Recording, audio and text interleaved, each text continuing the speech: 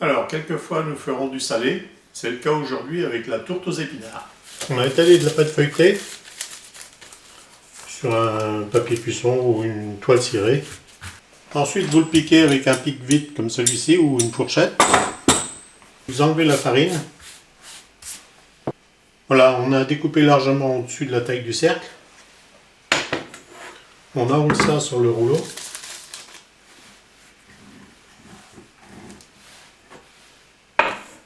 Alors, il ne faut pas le graisser, il ne faut pas le beurrer le cercle.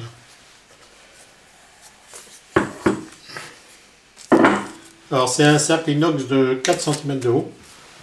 Bien descendre la pâte feuilletée tout autour.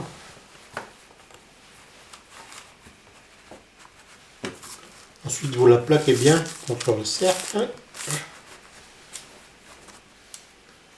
Et une fois qu'elle est bien plaquée, un coup de rouleau dans un sens et un coup dans l'autre.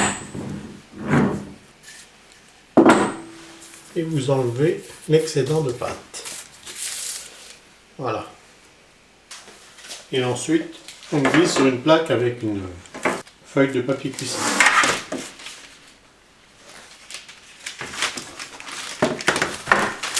Voilà, et on va la laisser reposer quelques heures avant de la passer au four pour une pré-cuisson.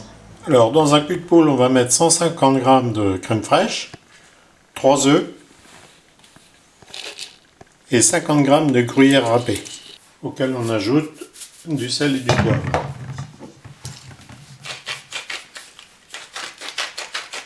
Voilà, on mélange au fouet.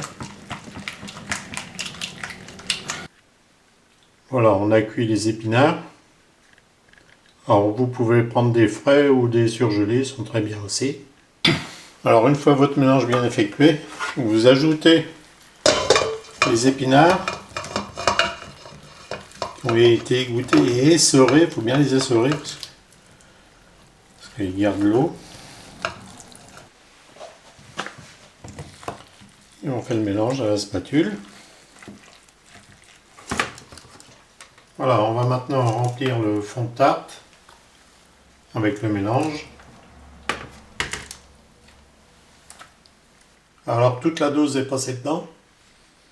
1 kg d'épinards plus le reste. On va maintenant poser une pâte feuilletée grillagée sur le dessus. Alors voilà à quoi ressemble un petit rouleau pour faire du grillagé. Alors on appuie assez fort. Tant pis pour la toile cirée.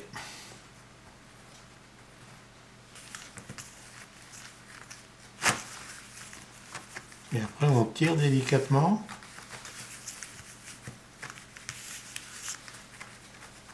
Et pour ceux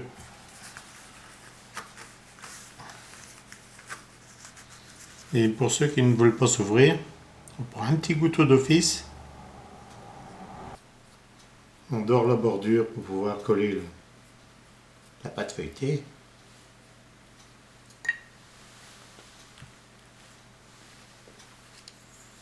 On remet le cercle.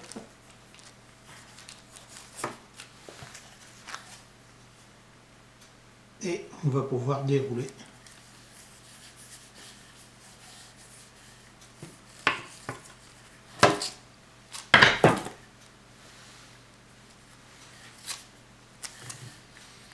Et voilà, avec le rouleau.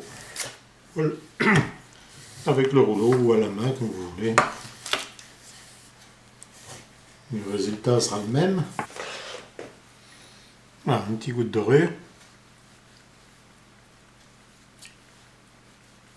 On va maintenant laisser reposer avant de mettre au four.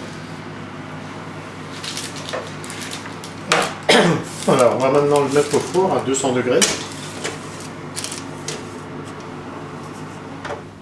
Alors on enlève le cercle à peu près aux 3/4 de la cuisson.